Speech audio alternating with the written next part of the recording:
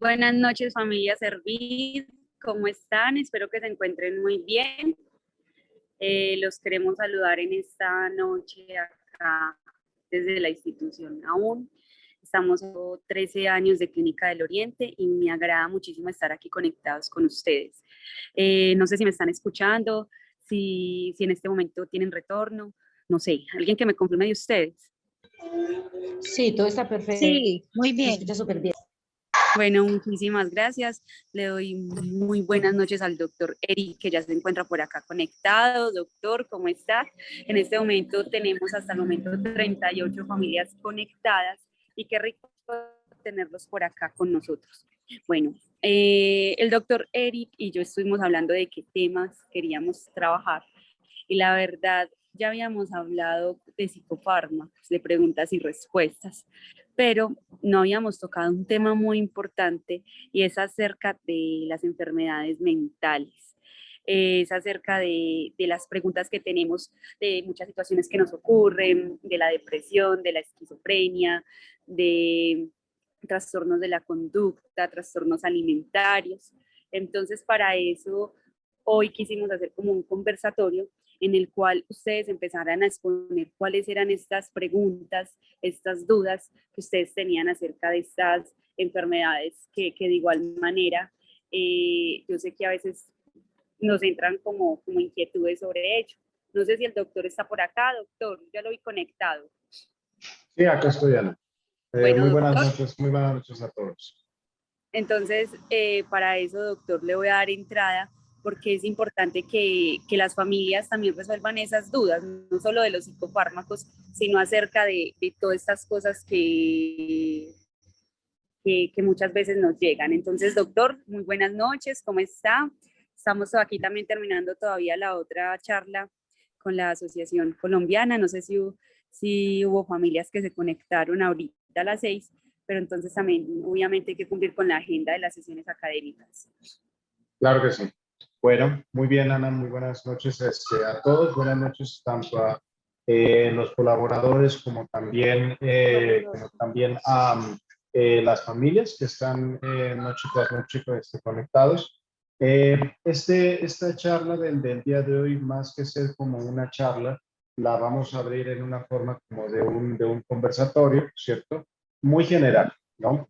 En el sentido como de hablar al respecto como de las cuestiones en cuanto a enfermedad y salud mental, ¿cierto? Que obviamente, pues bueno, a todos les aquejan y que muchas veces quedan como toda una gran cantidad como de dudas al respecto de qué se habla cuando se dice esquizofrenia, cuando se dice trastorno obsesivo, cuando se dicen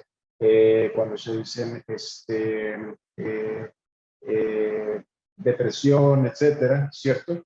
La forma como de tratamiento, etcétera, ¿cierto? Y que pues a pesar de que pues siempre como nosotros, tanto en psiquiatría, en psicología, en trabajo social, siempre estamos como tratando como de hacerles como la mayor, como de las explicaciones, de las mayores situaciones en relación con lo que pasa con ustedes o lo que pasa con sus propios pacientes, siempre pues es bien válido que de todos modos terminen quedando como dudas al respecto como de lo que sucede.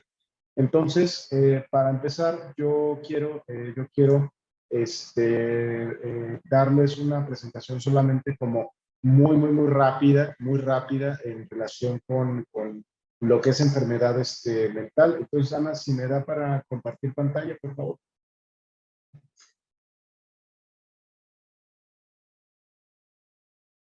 Pero doctor, téngame paciencia que estoy desde el celular, entonces No, estoy aquí mirando. Sí, ya tranquila.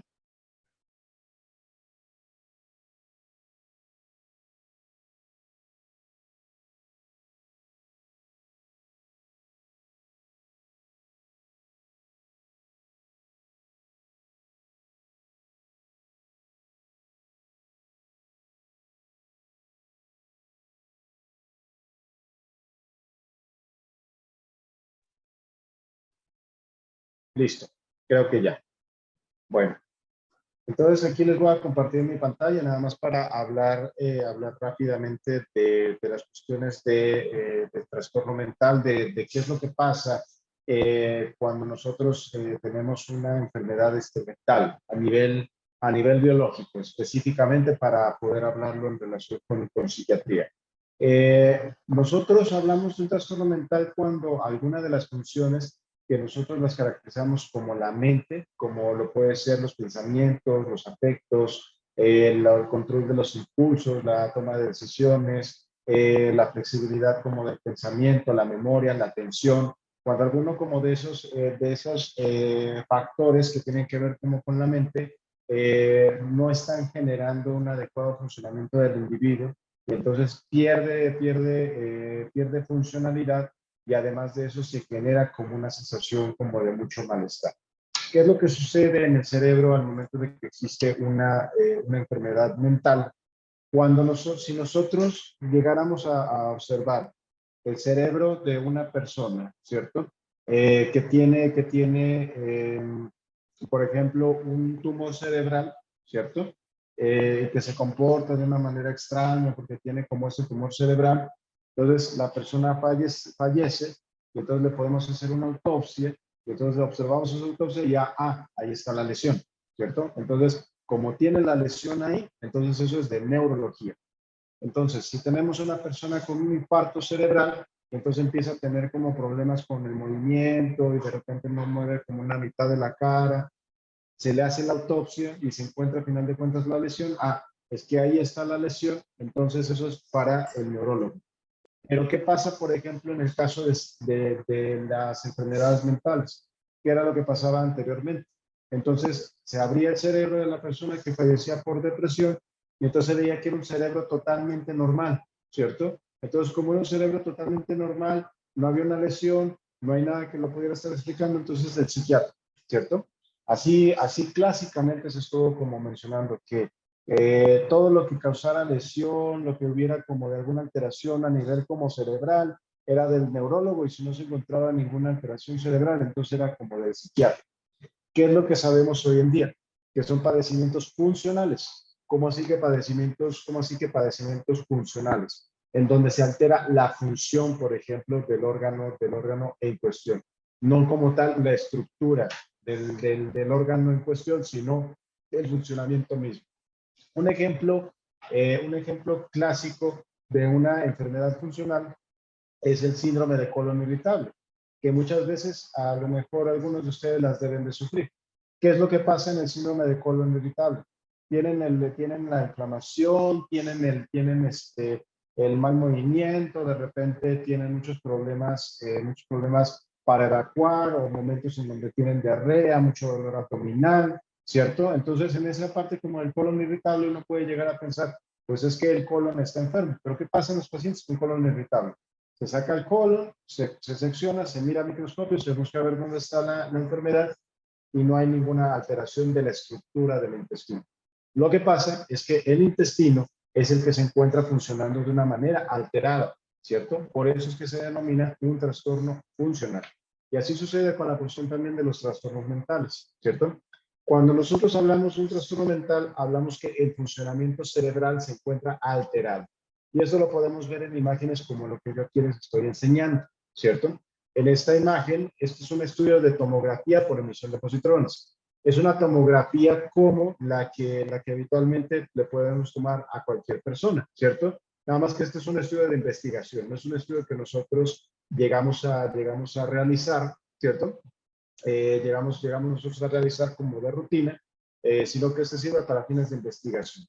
Pero lo que se busca en este estudio es el hecho como de observar cómo está a final de cuentas funcionando el cerebro, ¿cierto? Y aquí le inyectan al individuo una sustancia que va con un marcaje radioactivo. Esto con la finalidad de que el individuo pues se pueda observar dónde se está pegando esa molécula radioactiva a final de cuentas. Y eso nos va a servir a nosotros para que a final de cuentas observemos el hecho de que veamos el funcionamiento cerebral. Y aquí la molécula que se está ocupando es glucosa. El cerebro necesita la glucosa, o sea, el azúcar normalito, ¿listo? Para todas sus funciones metabólicas, para el hecho de que tenga su funcionamiento, es el combustible de todo el cuerpo y como tal es el combustible también como del cerebro. Entonces, entre más ocupación de glucosa, más activo el cerebro se encuentra, ¿cierto? Y en este estudio, entre más ocupación de glucosa, se tenga, entonces significa que se va a pintar más de rojo. Y la ocupación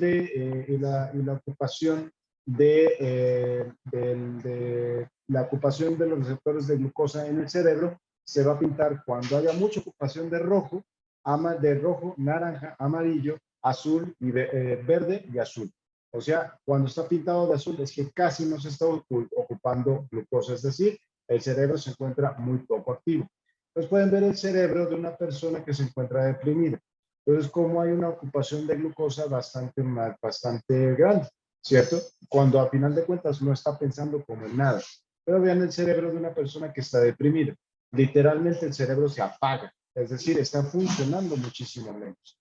Y esto se repite, por ejemplo, para otras enfermedades mentales, como por ejemplo el TDA, en donde se encuentra que existe un bajo funcionamiento también en ciertas áreas que tienen que ver con la atención, la impulsividad y demás. En la enfermedad de Alzheimer, ¿cierto? Y también, por ejemplo, en el trastorno afectivo bipolar. Entonces, a lo que nos tratamos nosotros a través tanto del tratamiento psicoterapéutico como del tratamiento farmacológico es a cambiar este balance químico y eléctrico que se está teniendo en cuanto a la cuestión de la enfermedad mental, modificando estas variables y como tal buscando la mejora en cuanto a la calidad de vida. ¿Listo? Entonces, ahora sí, sin dar más de esta charla, solamente como para hacerla de una manera introductoria, voy a dar paso a ustedes, los que lleguen a tener como algunas dudas, los que quieran poder hablar, así como lo hizo Paula, les pido que también puedan levantar la mano o puedan escribir sus preguntas en el chat.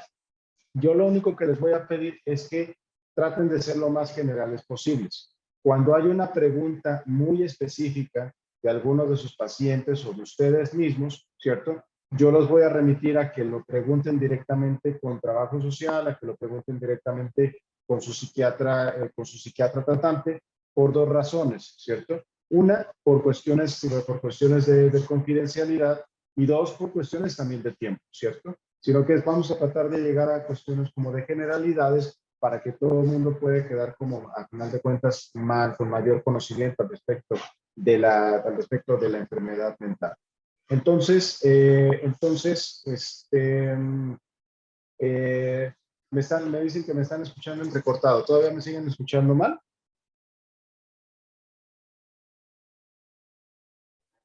Doctor, yo escucho muy bien.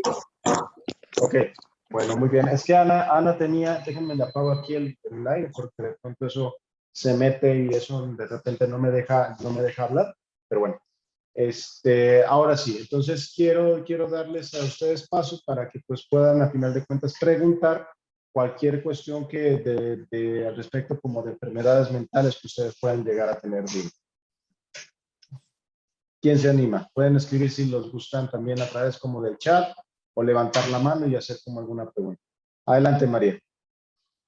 Buenas noches, doctor. Buenas noches para todos. Mi pregunta es, veo ahí algunas lesiones cerebrales, pues que usted nos mostró y nos compartió del cerebro cuando está, digamos, con alguna de estas patologías. Sí. ¿Qué tan reversivas son este tipo de patologías? Porque yo tengo entendido, por ejemplo, que el Alzheimer es una enfermedad progresiva. Sí. Que hay medicamentos que hacen enfermedad, pero en las otras, depresión, bipolaridad, TDAH, ¿qué tan reversibles con los medicamentos logran ser estas enfermedades? Gracias. Claro. Lo que pasa es que el Alzheimer es una enfermedad neuropsiquiátrica, ¿cierto? ¿A qué me refiero con enfermedad neuropsiquiátrica? A que tiene o a que existen lesiones a nivel cerebral, pero las manifestaciones terminan siendo psiquiátricas. Entonces, en este sentido, quienes tratamos este tipo de padecimientos somos tanto los neurólogos como los psiquiatras, en una parte que nosotros conocemos como neuropsiquiatría, ¿cierto? Entonces, es como la cuestión como de de la combinación como de estas dos ramas de la medicina para el tratamiento.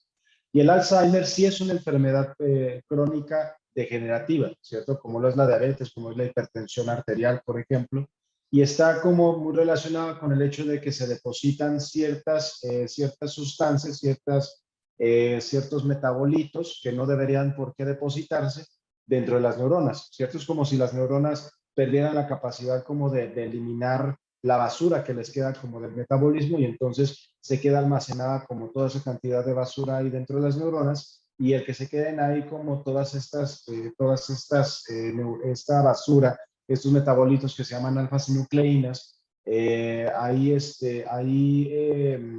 depositadas, propician el hecho de que pues empiece a haber muerte neuronal, ¿cierto? Y esa muerte neuronal deriva en todos los síntomas que están relacionados con el Alzheimer, primero con la situación como de la pérdida de la memoria y demás síntomas que posteriormente vienen en la cuestión como de la enfermedad de Alzheimer hasta que se pierde completamente como la funcionalidad cerebral, ¿cierto? Entonces, en ese sentido, pues la enfermedad de Alzheimer es una enfermedad, por final de cuentas, progresiva. Sin embargo, lo que tratamos nosotros de hacer en cuanto a la enfermedad de Alzheimer es el hecho que el declive cognitivo no sea así, no sea en picada, ¿cierto? Sino que sea como más bien como en forma como de una meseta. A sabiendas de que de todos modos va a haber un declive cognitivo, vamos a generar que el declive no sea como tan importante. Y hay otras manifestaciones de la enfermedad de Alzheimer que no necesariamente tienen que ver con el declive cognitivo, que son las manifestaciones psiquiátricas. El paciente con Alzheimer, debido a ese mismo declive, es muy vulnerable al hecho de que tenga depresión, o muy vulnerable al hecho de que tenga psicosis, o muy vulnerable al hecho de que tenga ansiedad. Entonces, a través como del tratamiento como de estas variables, nosotros mejoramos la cuestión de depresión, ansiedad o psicosis, a pesar de que el declive neuronal continúe todavía hacia la baja.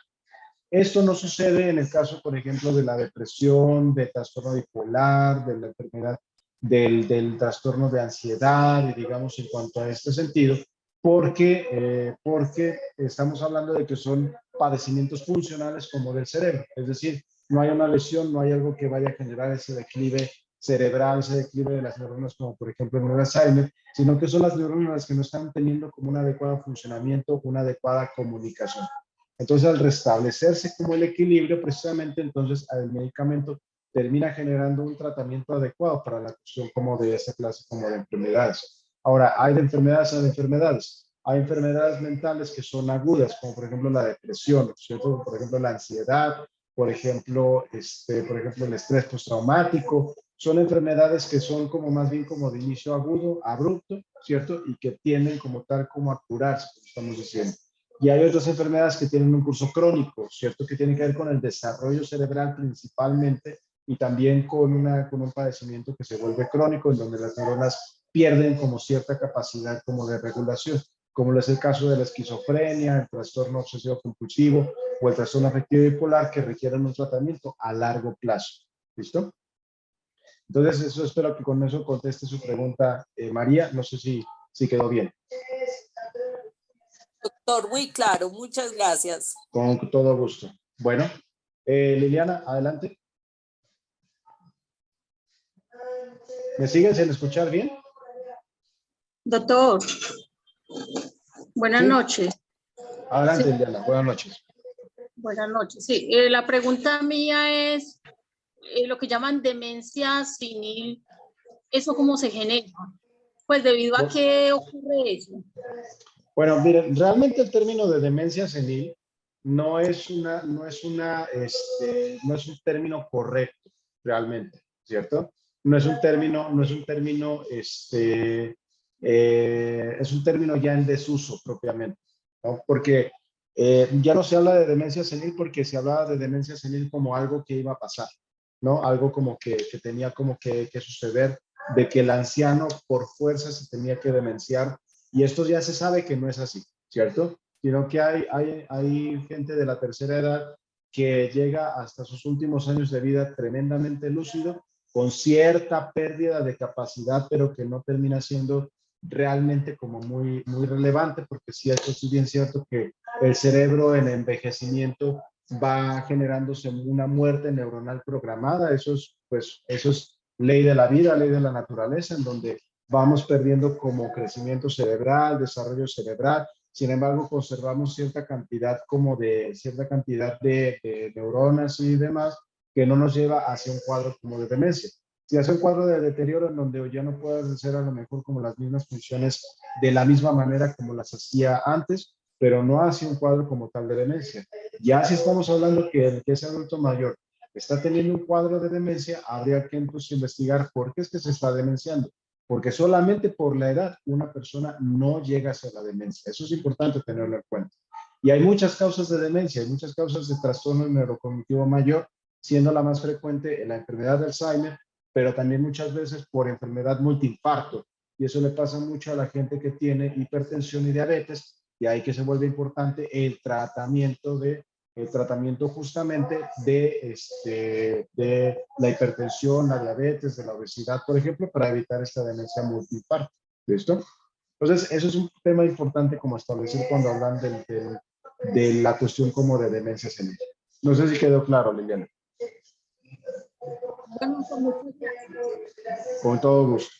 Muy bien. María Elena, adelante. Doctor, muy buenas noches y muy buenas noches para todos los participantes. Yo hago parte de la dirección colegiada de la EPS Sura, de la Asociación de Usuarios, y me alegra mucho estos espacios porque apenas el año pasado en la EPS Sura, a solicitud de la asociación, se dio la oportunidad de crear la mesa de salud mental que no existía en la EPS. Cuando nos dimos cuenta de este problema tan grave después de la pandemia que disparó los problemas de salud mental. Claro. Hay una persona con el micrófono encendido ahí. A ver, yo ahorita lo muevo. A usted le queda más fácil allá cerrar.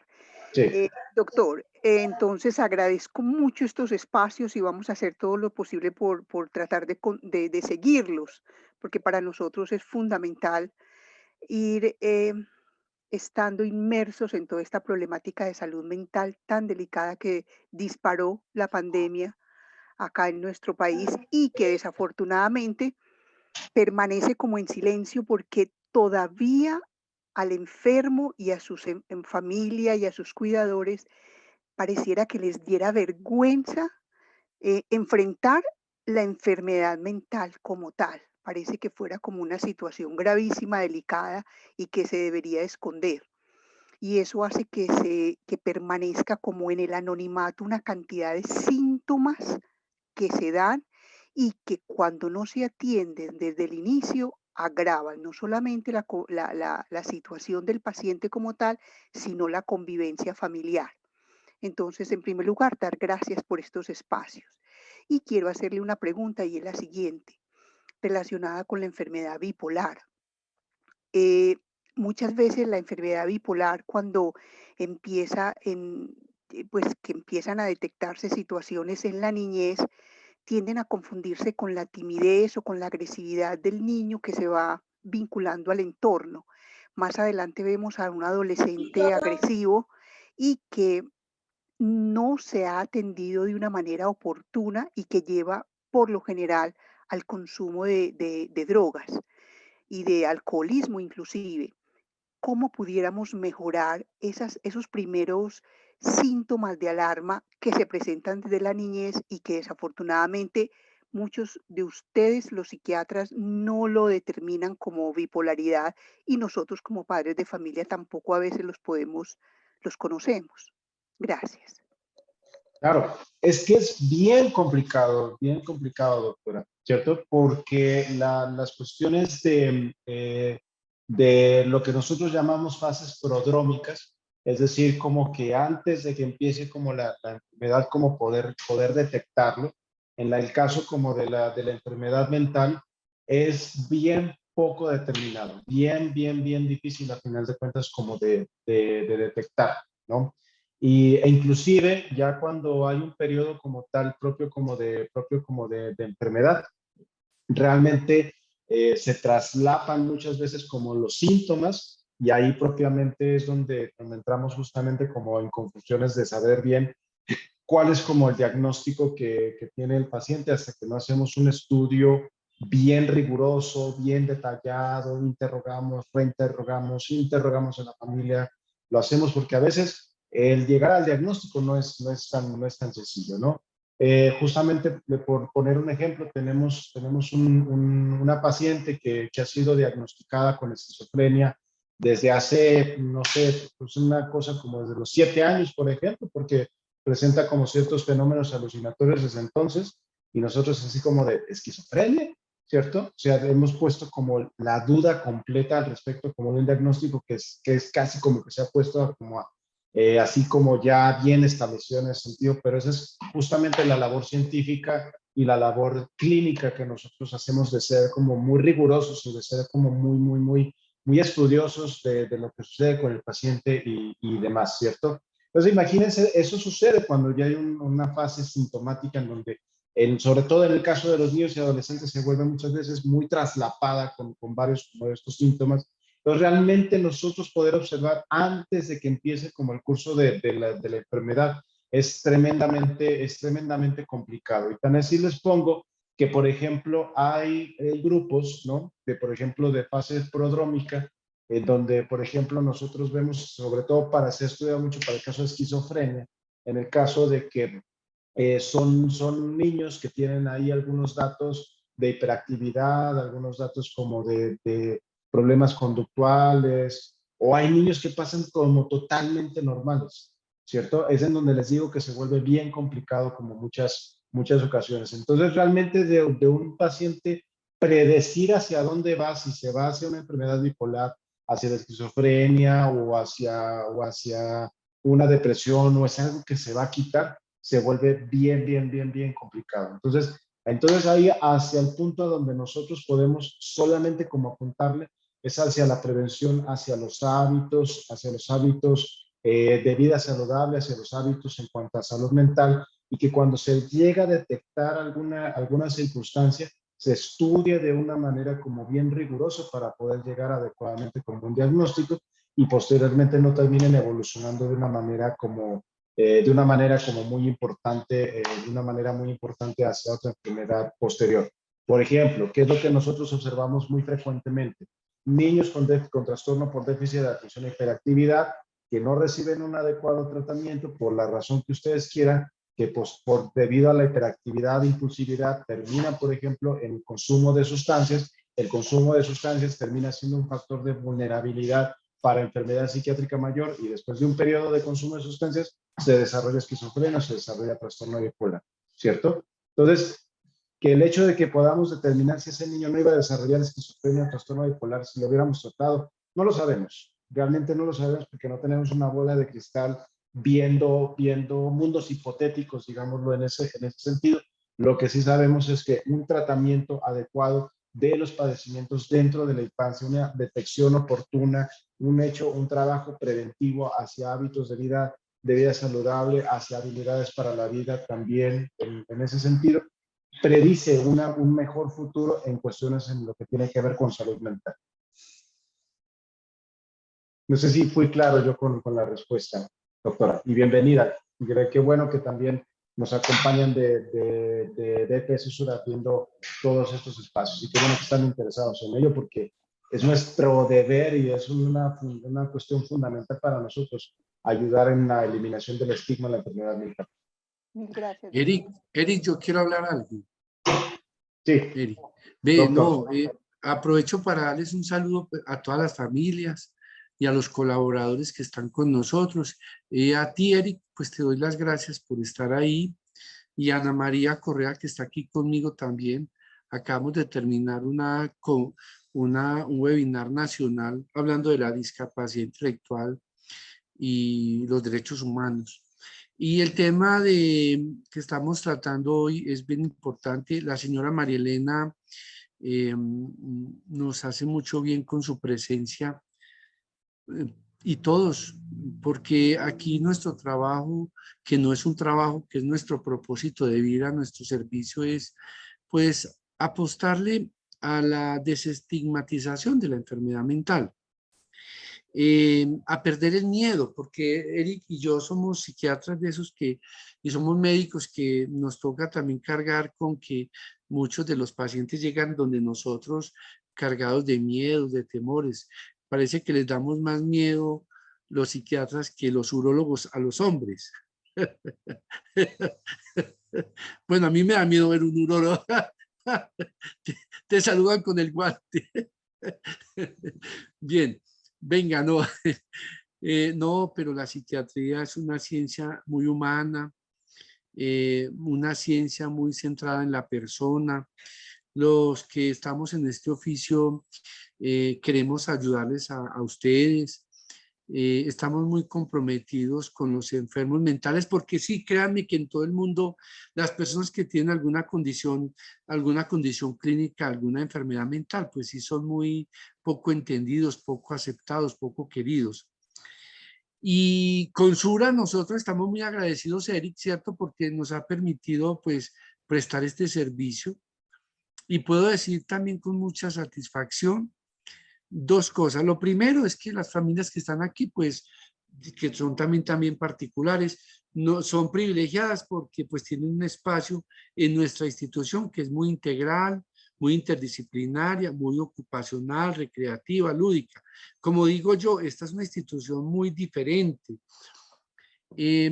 Lo primero, y eso pues nos da mucha alegría poder prestar este servicio. Y Eric, prácticamente tenemos lista de espera para pacientes nuevos. Eso es una gran satisfacción. Lo otro es que a mí, Eric, no me da mucha tristeza, no me da mucha alegría, es que hay mucha enfermedad mental y yo sentiría que todavía estamos como muy necesitados de hacer más promoción de salud, de prevención de enfermedad, porque bueno, nosotros vivimos de internar pacientes, pero ya hay un momento en que uno no se siente bien teniendo que atender tantos pacientes porque qué ha pasado en el ambiente social, en el ambiente familiar, qué ha pasado en las aseguradoras para que los pacientes lleguen a enfermarse tanto como están ahorita. Es que si lo hubiéramos atendido de manera oportuna, pues no estaríamos viendo las complicaciones, ¿cierto? Entonces nosotros sí queremos ser como esa luz, esa esperanza en este camino tan complejo de la enfermedad mental. Entonces, Eric, muchas gracias porque pues en esa parte académica tú has sido nuestro profesor, nuestro maestro aquí con los colegas.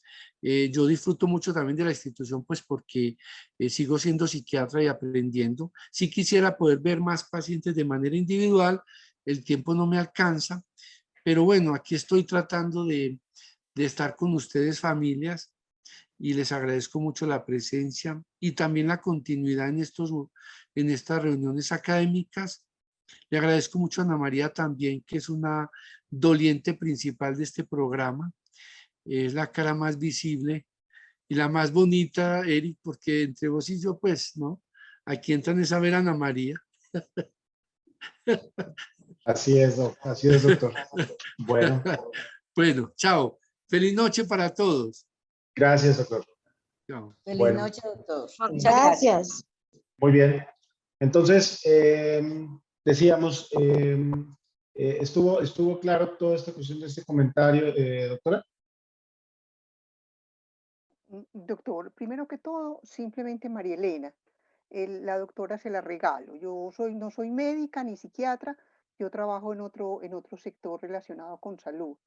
Pero de todas maneras me quedó muy claro y vuelvo y le insisto, qué alegría que nos contactáramos y que de una u otra manera pudiéramos tener un vínculo desde la asociación de usuarios para mirar todo lo relacionado con la salud y que qué bueno que nos pudiéramos vincular, que ustedes se pudieran vincular a la mesa de salud mental de la EPS Sura, porque veo lo que comenta el doctor Lopera, parece que están como también tienen relación con Sura, entonces sería muy interesante porque vuelvo a insistir, tenemos que quitar el temor a decir que somos enfermos con una situación de enfermedad mental, igual que cuando tenemos gripa, igual que cuando tenemos una hipertensión, porque es que ese es el estarnos escondiendo o el que los pacientes escondan por el temor o por la vergüenza hace que esa situación se agrave y acreciente, y no solamente el paciente, vuelvo a insistir, sino su familia y sus cuidadores, y la sociedad, porque esto es un desgaste también a nivel de salud mental dentro de todo lo que conlleva el gasto en lo que es el sistema de salud. Mil gracias, doctor. Claro, muchas gracias. Muchas gracias por estar aquí presente y con gusto. Pues, qué mejor que nosotros podamos llegar a mucha más gente. ¿Listo?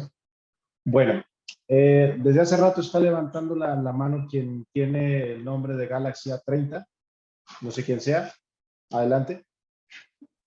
Buenas noches, doctor. Mi nombre es Diana. Para usted y todas las personas que están en este excelente programa. Doctor, tengo una pregunta.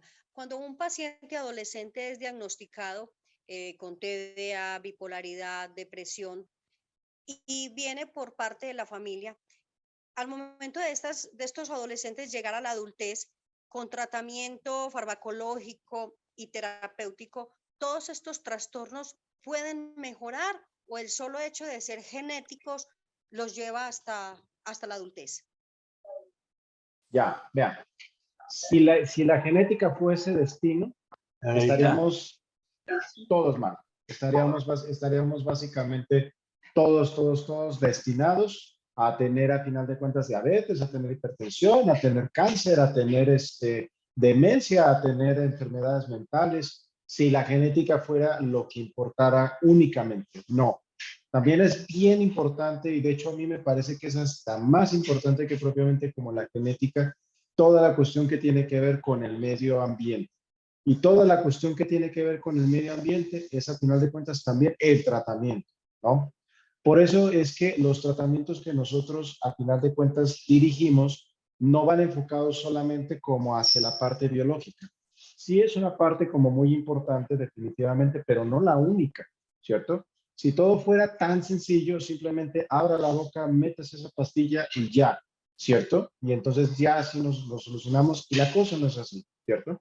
Entonces nosotros nos enfocamos, nos metemos al hecho como de justamente entrar directamente como el paciente, entenderlo, saber por qué está pasando esta situación, saber cómo es que nosotros podemos ayudarlo, saber cómo es que podemos movilizar las situaciones para poder mejorar la situación dentro del ambiente interno de la persona, es decir, sus pensamientos, su regulación de las emociones, etcétera, etcétera, etcétera. Y aparte de eso, mejorar toda la cuestión como del medio ambiente para obviamente mejorar la perspectiva de vida que pueda tener esa persona. De tal manera que esto es bien importante.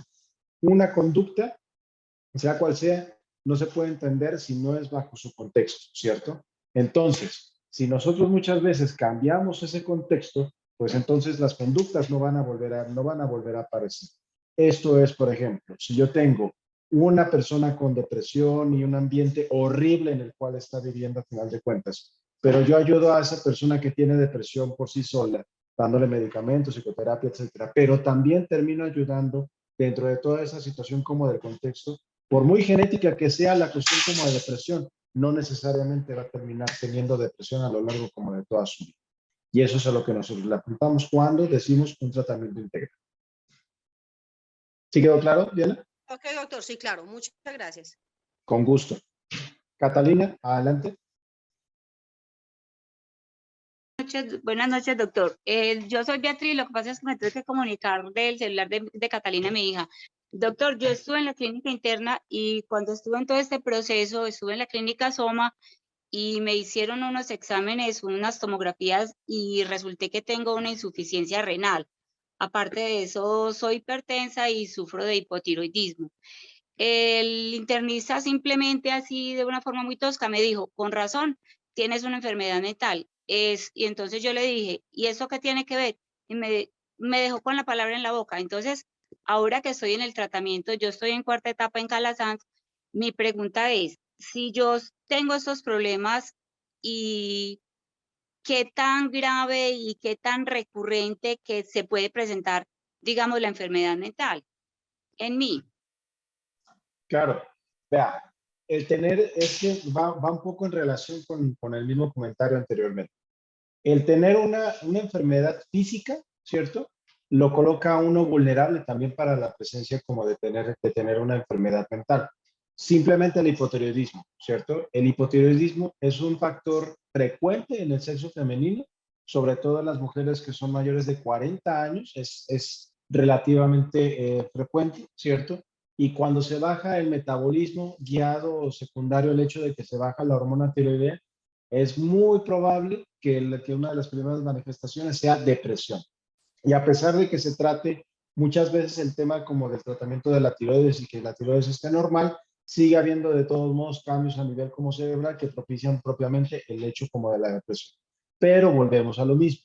Si nosotros terminamos mejorando como el medio ambiente, esto es, llevamos un adecuado tratamiento de nuestras enfermedades físicas, llegamos y hacemos cambios a nuestro estilo de vida para también tratar de mejorar como nuestra salud física. Si nosotros también cambiamos nuestro contexto en el cual nos estamos desenvolviendo, vamos a tener cambios al final de cuentas en cuanto a nuestra enfermedad mental o la vulnerabilidad que podemos tener hacia las mismas. ¿Sí quedó claro, Beatriz?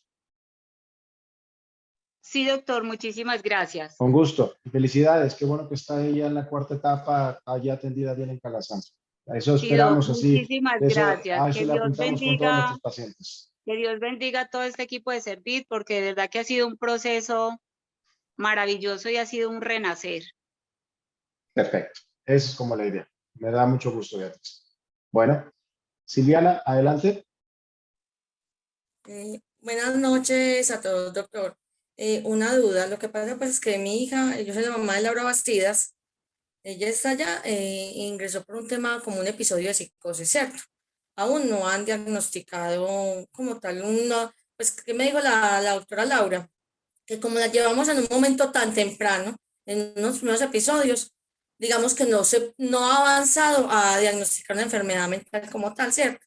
Mi pregunta es, y voy precisamente a eso, es si este episodio que lo están controlando de tan buena manera, porque en estos momentos la tengo 3 días en la casa gracias a los buenos avances que ha tenido, ¿es posible que no llegue a desarrollar la enfermedad mental o definitivamente hace parte de eso? Pensando pues porque he estado muy temerosa, ¿cierto? De saber qué exactamente pueda llegar a pasar. Entonces, si se está atacando a tiempo, ¿se puede desarrollar la enfermedad mental o puede quedar solamente en un episodio? Bueno, lo que pasa es que a veces así pasa con la cuestión de los diagnósticos en psiquiatría, ¿no? Que comparte mucho como los diagnósticos en otras ramas de la medicina de alta complejidad, como por ejemplo la reumatología o por ejemplo inclusive también como la misma medicina interna, ¿no? En donde pues muchas veces se da como una impresión diagnóstica, se va trabajando así, pero se observa a ver cómo va evolucionando, a ver cómo va respondiendo, para que una vez que responda se puede volver a hacer como un análisis, determinar y final de cuentas diagnosticar. Eso es así pasa muchas veces con padecimientos que tienden a ser muy complejos, como por ejemplo los episodios psicóticos. Entonces, en este momento, sinceramente, es como decir que no sabemos, ¿cierto? Porque tenemos que esperar a ver cómo es justamente como toda la evolución que está teniendo. ¿Cuál es la situación con los episodios psicóticos? Lo primero que tenemos que hacer es quitar la psicosis, o sea, tratar de una forma aguda el tema de la psicosis, que recuerden que psicosis es un síndrome caracterizado por la pérdida del juicio de realidad, ¿cierto? O sea, la persona sale de la cuestión como del juicio de realidad y tiene una dificultad como para poder diferenciar qué es lo que corresponde con el mundo externo, qué es lo que corresponde con el mundo interno. Por ejemplo, una persona que tiene alucinaciones, se encuentra en un episodio psicótico, no puede determinar si esas alucinaciones son del mundo interno, que son producto de su mente, o si son, al final de cuentas, producto de una situación externa. Por ejemplo, esto rápidamente para aclarar lo que es psicosis. Entonces, lo que tenemos que hacer muchas veces en los episodios psicóticos es parar la psicosis, detener esa situación de psicosis que se está presentando, y una vez que se para esa situación de psicosis, entonces ahora sí vamos, investigamos, revisamos, hacemos un estudio tanto prospectivo, por imágenes, por estudios de neuropsicología, por interrogatorios, interrogando a la familia, haciendo toda la vuelta necesaria para al final de cuentas terminar de llegar como un día, llegar a terminar como un diagnóstico, ¿cierto? Por ejemplo, ¿cierto? Llegamos a tener el caso de una paciente que tuvo un episodio psicótico que nosotros a todos los decíamos, no es que parece que tiene esquizofrenia, no es que esta psicosis es muy, muy típica de la cuestión como de la esquizofrenia, pero algo no cuadraba, algo era como de, no, es que respondió muy rápido, es que, o sea, ve cómo tiene el ajuste anteriormente a la psicosis, como esta psicosis fue muy aguda, ¿cierto? Vino después como del COVID. Entonces, a ver por qué se dio. Bueno, tratamos la psicosis. Después de que la tratamos, empezamos como a hablar, a interrogar, a hacer como mayores detalles, a hacer como la evaluación neuropsicológica, ¿cierto? Tomamos una imagen de resonancia magnética y detectamos que había alguna lesión. ¿Y esa lesión por qué? Por el COVID. Fue un trastorno psicótico secundario del COVID, imagínense. Una cosa que se ha descrito, pero que no es tampoco tan común, por ejemplo, ¿cierto? Y eso llegamos gracias a que seguimos todo este protocolo que yo les estoy diciendo. Entonces, en este sentido, Silvana, con lo que yo le estoy comentando es esperar un tanto, ¿cierto? A que nosotros terminemos de hacer el estudio para que una vez que lleguemos hacia esa conclusión, podamos determinar si la enfermedad mental está presente ya, hay que continuarla tratando, es solamente un episodio, ¿qué se puede esperar? Hasta que no lleguemos a confirmar el diagnóstico.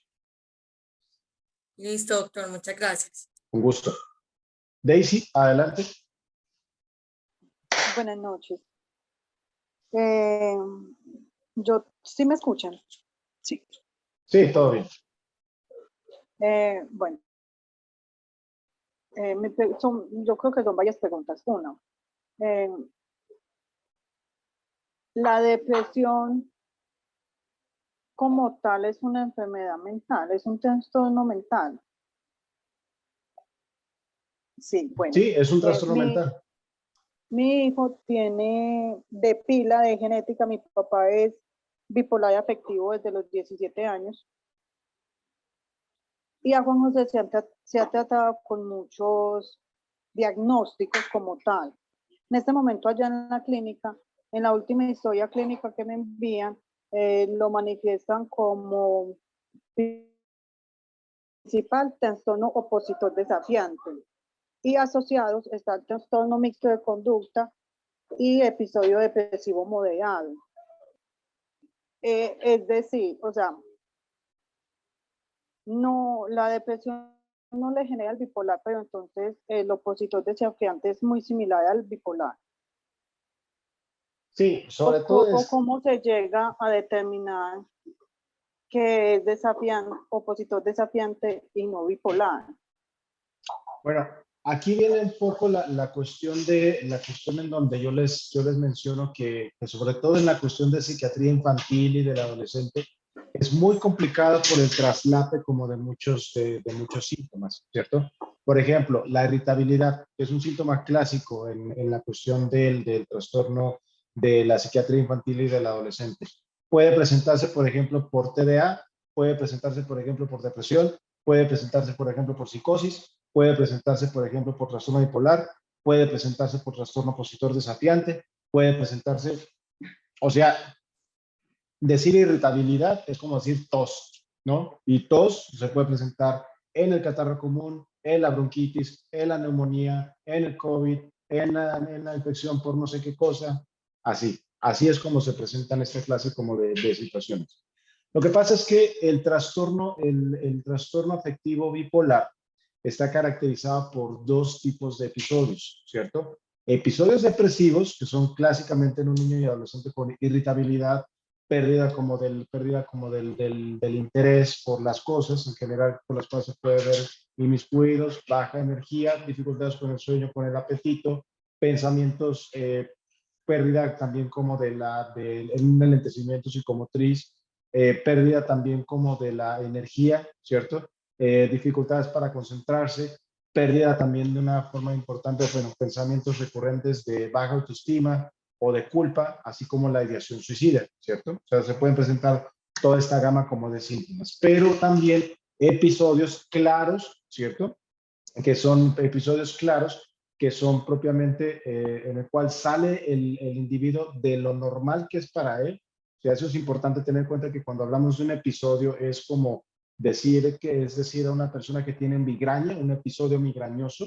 O sea, no es que la persona todo el tiempo tenga migraña, sino tiene un episodio migrañoso.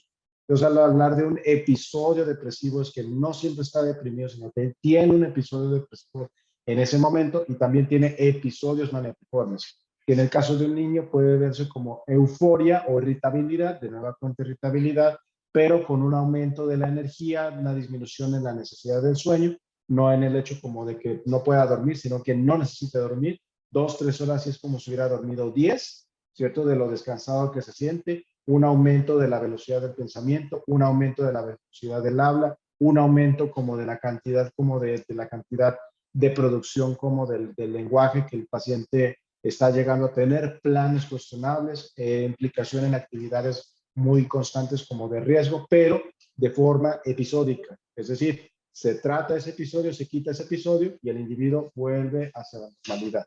El trastorno negativista desafiante es un padecimiento que es muy frecuente, o opositor desafiante, es un padecimiento que es muy frecuente en la edad infantil y este no es episódico, o sea, pareciera como si fuera la normalidad del individuo porque está persistentemente cuando se encuentra sin tratamiento, ¿cierto? Entonces está persistentemente y está sobre todo caracterizado por un ánimo que es irritable pero explosivo, ¿cierto? Entonces el individuo hace berrinches o hace pataletas o hace,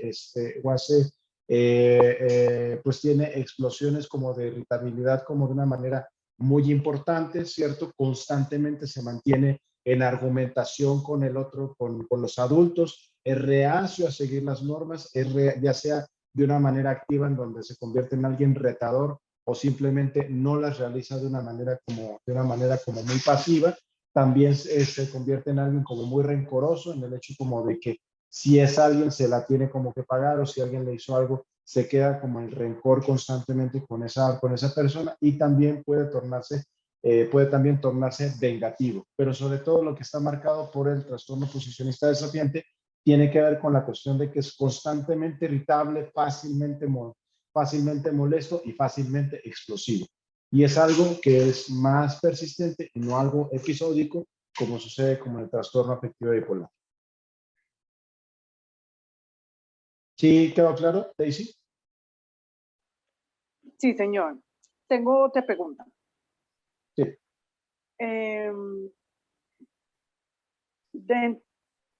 ¿Cuál de los dos trastornos, el bipolar o el opositor desafiante, es más fácil o menos difícil de cuidar, de permanecer como muy estable, en equilibrio y que no decaiga tantas veces y tan continuo?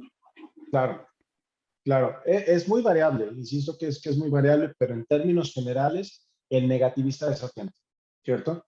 Tiene mucho que ver también con maduración cerebral, definitivamente. O sea, hay muchos niños con trastorno negativista desafiante que inclusive sin tratamiento, cuando crecen, cuando tienen 18, 20, 22 años, se pierde esta característica del opositor desafiante y totalmente como normal. Pero hay muchos niños, y de hecho es la gran mayoría, que si no se tratan con un trastorno opositor desafiante, impacta de una manera muy importante la personalidad, o sea, en la forma de ser como del individuo, como que eso ya no se les quita y entonces desarrollan trastornos de personalidad, que es lo que siempre estamos como tratando nosotros como de evitar en el caso de la psiquiatría infantil.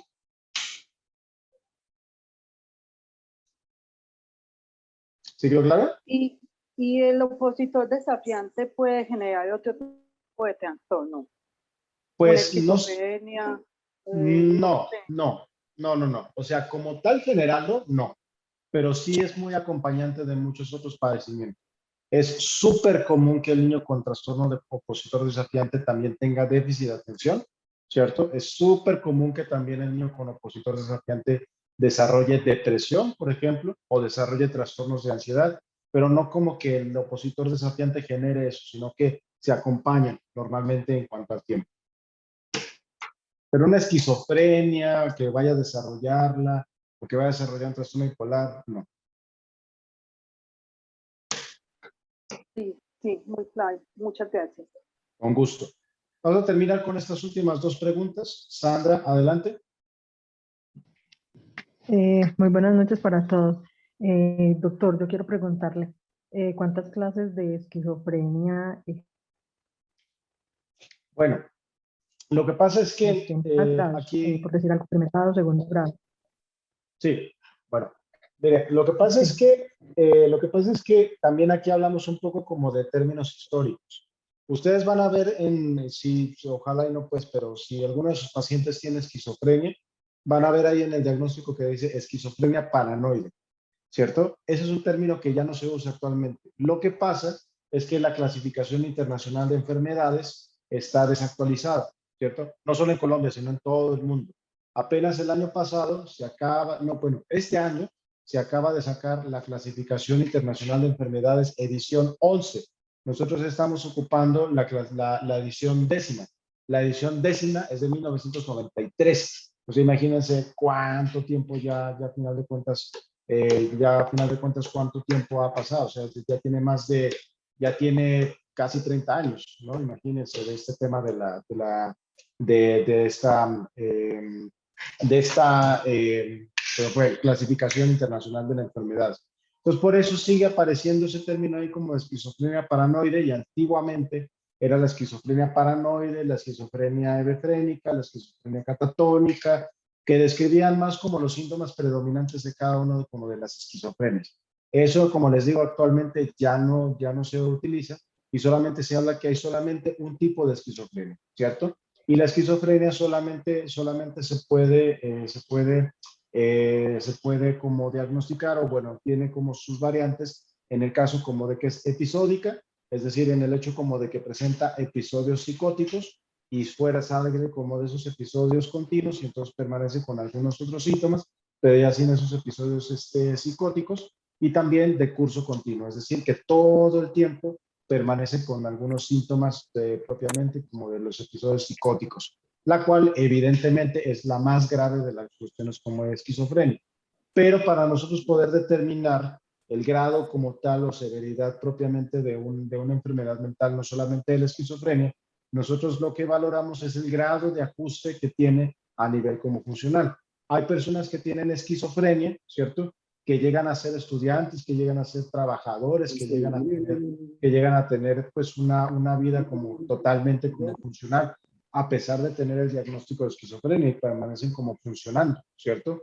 La esquizofrenia, por ejemplo, no es un diagnóstico de muerte, mucho menos, ¿cierto? No es un diagnóstico que va a generar como completa disfuncionalidad propiamente como en el individuo.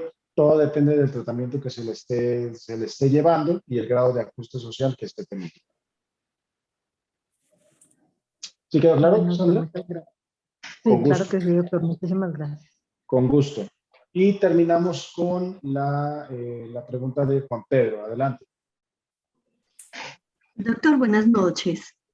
Yo soy Claudia Gil y yo quisiera hacer una pregunta.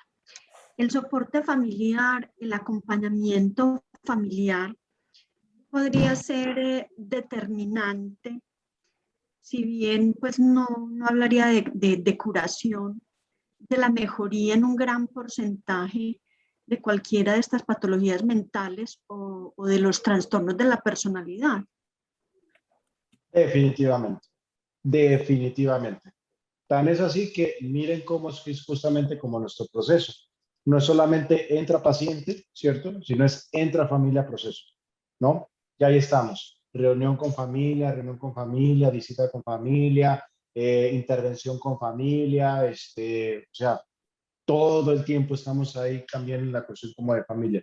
Normalmente se podría pensar, no, pues es que el tema de familia pertenece al trabajo social, ¿no? Y pertenece a la terapia como de familia, y ahí que se hagan pelotas ellos, ¿no? Que ellos se muevan como quieran, ¿no? Pero no, ahí estamos psicología metidos, ahí estamos psiquiatría metidos, ahí estamos neuropsicología metidos con el aspecto familiar, porque volvemos a lo mismo. No se puede entender a final de cuentas una conducta sin entender a final de cuentas toda la situación como del contexto. Y hay toda una serie de situaciones familiares que terminan siendo favorecedoras o facilitadoras de la presencia como de la enfermedad mental. Y pasa muchas veces que si nosotros no intervenimos a la familia, termina dándose un evento como de puerta giratoria. Y esto es muy común porque es hasta cierto punto fácil aventarle la pelota al, ¿cómo se llama? A la persona que tiene como la enfermedad mental. Y eso lo vemos muy frecuentemente en adicciones y lo vemos muy frecuentemente también en trastornos de la conducta alimentaria, ¿no? De que, como el enfermo es él, el que consume es él, la que vomita es esta, la que no quiere comer es esta, entonces la que tiene el problema es esta y nosotros estamos como suficientemente como bien. No es así, ¿cierto? Sino que todo esto termina teniendo como una interrelación muy importante a nivel como de la situación familiar, con conductas, con formas de comunicación, con dinámicas familiares que se terminan teniendo, que terminan muchas veces favoreciendo la presencia o la ausencia de enfermedad mental. Toda nuestra intervención directamente familiar es precisamente para eso, para que haya una cuestión de sanidad completa, una cuestión completa de bienestar, como a nivel general, al momento de que el paciente egresa como al medio de hogar. Entonces, como la idea de la cuestión de llevar como el acompañamiento terapéutico también a nivel familiar. Muchísimas gracias, doctor. Con todo gusto. Bueno, terminamos entonces por el día de hoy con todo este conversatorio. Igual vamos a abrir de nueva cuenta, exacto, es lo que llamamos enfoque sistémico, exactamente, ¿cierto?